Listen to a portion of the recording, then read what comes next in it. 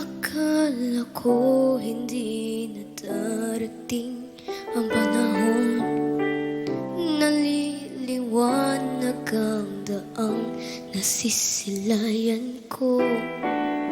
Sa libo-libong taong nangangarap, binigyan mo ako ng pagkakataon.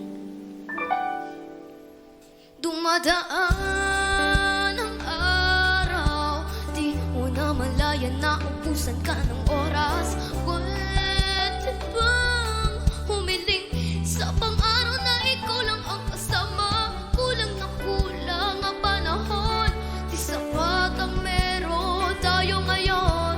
Pwede bang humiling isa pang araw?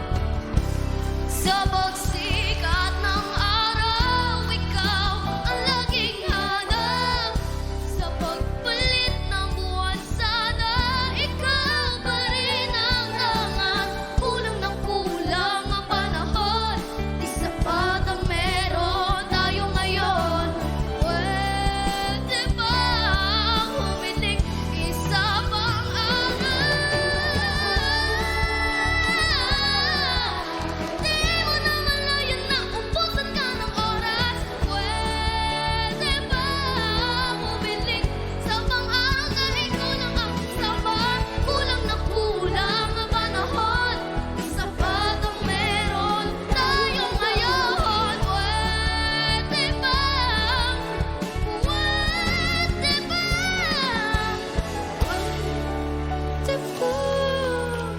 humiling isa pang araw? Thank you po! Muli palampakan po natin, Sophie! This time, pwede bang humiling ng komento mula sa ating superstar judges? Unahin muna natin si Kuya mo, JK. Basta pakiramdam mo. Good po. Nice. Well, definitely I can use the same word as well, good, kasi ako, ramdam ko yung energy na binigay ni Sophie sa performance niya. Ngayon, syempre, maraming mga parts sa song kung saan merong mga pag-aalinlangan na naramdaman ko, galing din sa'yo. Meron din mga parts na medyo off. But overall, it's the same kind of energy and fierceness na pinakita mo ng audition round. So congratulations. Good luck. Thank you po. Thanks, JK. Since sa pag-uusapan natin yung energy, tanungin natin yung Mr. Pure Energy, Mr. Gary V. Ako, Sophie, I love the sound of your voice. There's something Thank you about po. your voice, Sophie, that I really liked. Hindi ko lang ma-pinpoint kung ano yun. I think Sophie. it's the timbre.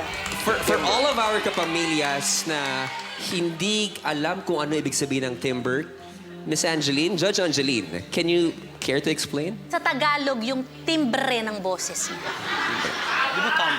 How do you spell timbre? Thunder, Timbre. timbre. T. I. M. D.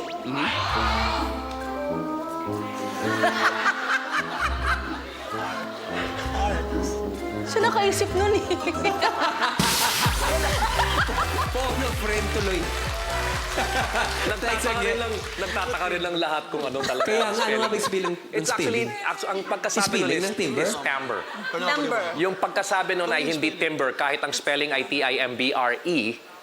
Okay? It's actually said timbre. Timbre. Thank you sa Thank ating you po. Idol Kids judges. At sa ating studio audience, our fifth judge. We need your help.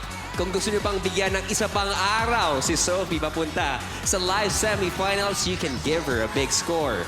Studio audience, please lock in your scores for Sophie right now.